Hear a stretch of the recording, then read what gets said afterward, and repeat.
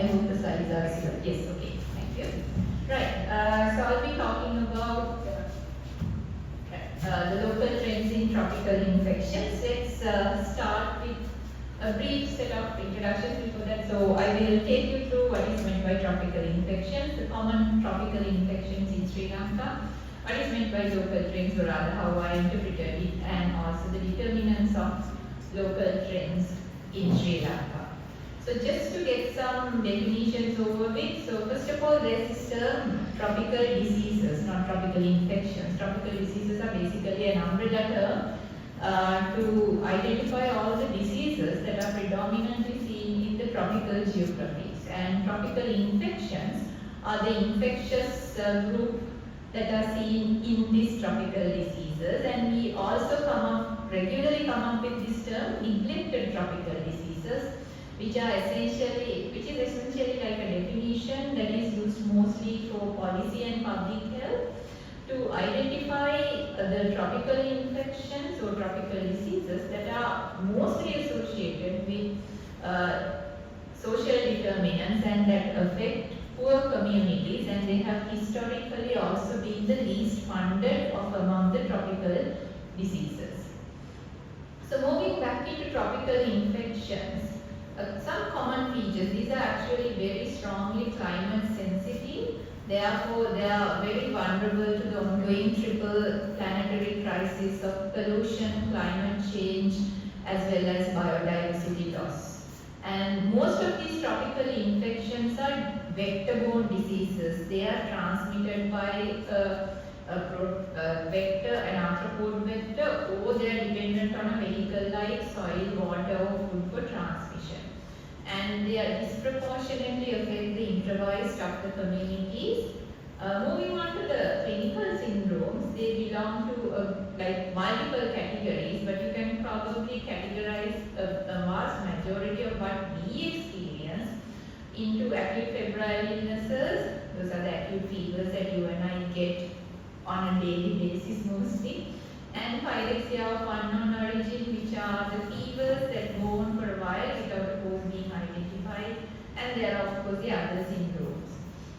And another common feature of this is it is not very easy to confirm the causative agents that cause these diseases, because the lab capacities are not abundant in the countries that are affected. Those are the tropics. So, what are the tropical infections that we see commonly? I mean, the color coding has no meaning here, but essentially there is dengue, typhoid, leprosy, leptospirosis, melioidosis, chikungunya, Japanese encephalitis, rickettsia diseases, hantavirus. For those with a medical background, these are very familiar names that we see in a day-to-day basis, but because we have a mixed audience, for everyone else, these are all diseases, vast majority where people who get them will get some sort of a fever. There are the odd other diseases also like leprosy and rabies and worm diseases, which are known as the soil transmitted helminths. So this is just, I mean, if you look at this number, it is quite a large number, right? And the list of diseases are even more than this, and these are diseases that we have inherited because we are in this tropical area.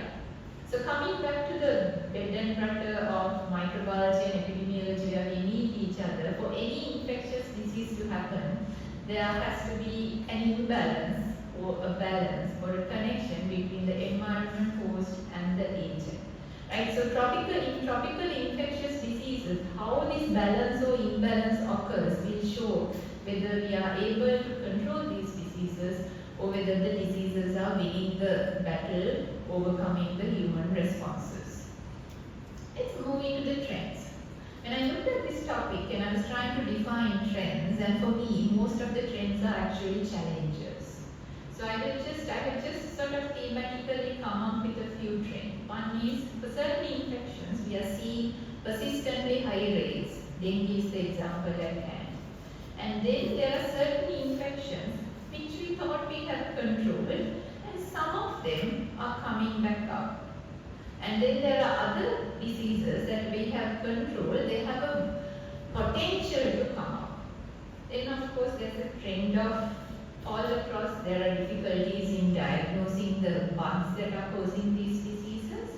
And of course, at times there are cultural clashes that is sort of hindering our control measures, and we'll take a look at it with rabies as an example. So dengue, this is what all of us see on almost a day-to-day basis. So if you look at this graph, I'm sorry if I'm that clear, I guess, it shows the dengue incidence over the last couple of years. Dengue essentially is an endemic disease that we see it all the time at high rates. It's also called hyperendemic because the rate that we see at a very high rate. Dengue is there in all over the country, or earlier we thought regions like Morali is spared, but then no was spared. But Western province remains the epicenter. We get dengue year round, but it is climate sensitive because we all know Aedes mosquitoes are the vector. Therefore, dengue case burdens increase in relation to the rainfall. However, because our chemical management has improved, despite the high case load, the case fatality is low. However, because the case load is low, these overburdens are already strained health system. That is why we have to come up with ways to control this. We should not be, or we cannot be satisfied with the low case fatality rate. Moving a bit into why is this keeping, why are there trends, why are there peaks at times? Well, there are various reasons, but one key reason is serotype changes. So dengue has 4 serotypes, and the peaks have been associated with changes in the serotype. So when there is a serotype that is circulating for a while, the population develops immunity. And if they are not exposed to the other serotypes for a while, the population is at risk of getting them because, And then you can see that the major outbreak in 2017 has been associated with a change in the predominant circulating serotype, moving from dengue virus 1 to dengue virus 2. Similarly, as I said, a lot of societal things impact all these tropical diseases. During the COVID pandemic, the dengue case load actually dropped, and one contributing factor that this talk about is the COVID-related cleanup efforts that went around in the country.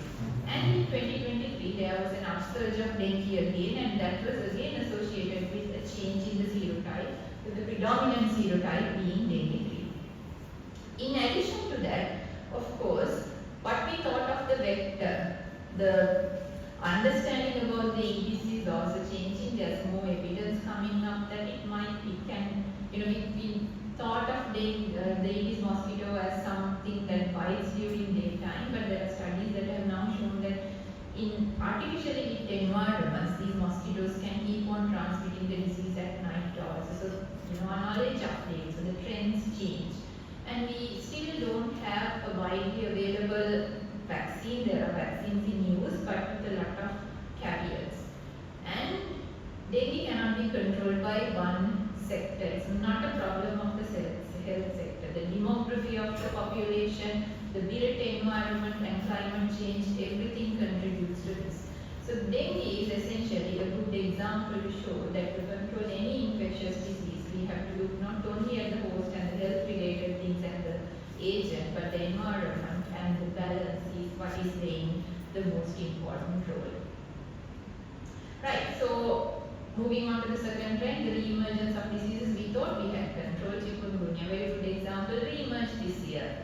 The previous outbreak was a while ago, about 10 years ago, more than 10 years ago. So due to this silence of 16 years, our population was non-immune. So it hit us again this year. Interestingly, this is still a preprint, but Japur team has done some sequencing and they have identified that there are certain mutations in the new chikungunya virus, which is the Indian Ocean lineage, and these may be adapted to better transmission by the Aedes aegypti mosquitoes. And they have also identified some other mutations, and it's still being worked out. So we have already had we always had the vector. It was a matter of the virus being reintroduced to the country with travel, etc. Then the potential to re-emerge is there with malaria. We were declared malaria eliminated in 2016. seen, but every year we get about 50 cases coming from these countries due to travelers, workers and pilgrims. So we have an ongoing system with surveillance, pre-prophylaxis, vector control. However, the take-up of this, especially the prophylaxis etc., is not that good from what I have heard.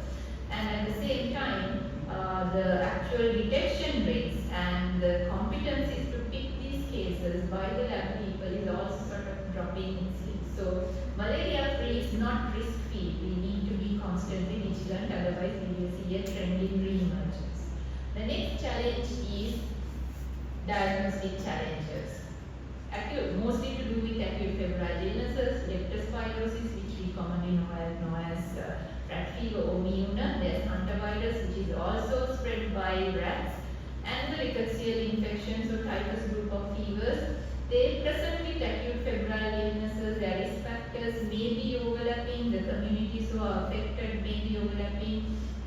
And the problem, the trend with these diseases, we don't have a sustained availability of lab testing in the country. It is being offered in different places. I know Rajarata offers for leptospirosis, like that Kerala has for a few things, but there is no national system to diagnose. Because of that, the true disease burden remains unknown. We don't actually know the reservoirs, and the handful of studies that have done, I mean Leishmania just put it here, and for rickettsial infections also now, they have identified that there may be unique or novel bugs here, but we need to study these further, particularly in including larger studies, and even for diagnostic, this remains a major trend being a challenge.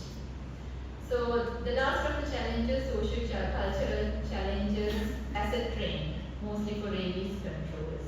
Now the good thing is, the case fatality is dropped. But the problem is that the low case fatality hides the expenses associated with this, because the number of dog bites have increased or persisting, and the healthcare system annually spends a lot of money for post-exposure prophylaxis, etc. So our beliefs, what we say, like obviously we might not agree with culling, but other practices like trap, neuter and release are also not being that taken up, because we have beliefs like, we should allow these with dogs and cats have at least 1 liter of puppies or kittens. These are things that we hear from the community. So how do we go about this? We need what is known as the One Health approach, and I think the third speaker, Professor will be talking more about the One Health approach. So coming back, I'm just going to end in 2 more slides just to show you, these are the diseases I showed you in that colored slide. These are what we face as tropical diseases, and most of them come with acute febrile diseases or fever things. We don't have lab tests to confirm many, and most of these diseases are zoonotic and vector-borne with difficult to control reservoirs and unidentified reservoirs. Now, the local trends, what are the contributing factors? As I mentioned at the beginning, the triple planetary crisis contributes to these, and the climate change changes the rainfall, which changes the livelihood of people. That goes back to increased human-animal environment interactions. And in addition to that, now there is increased travel, local tourism, global tourism. So a disease that occurs in one place doesn't remain there.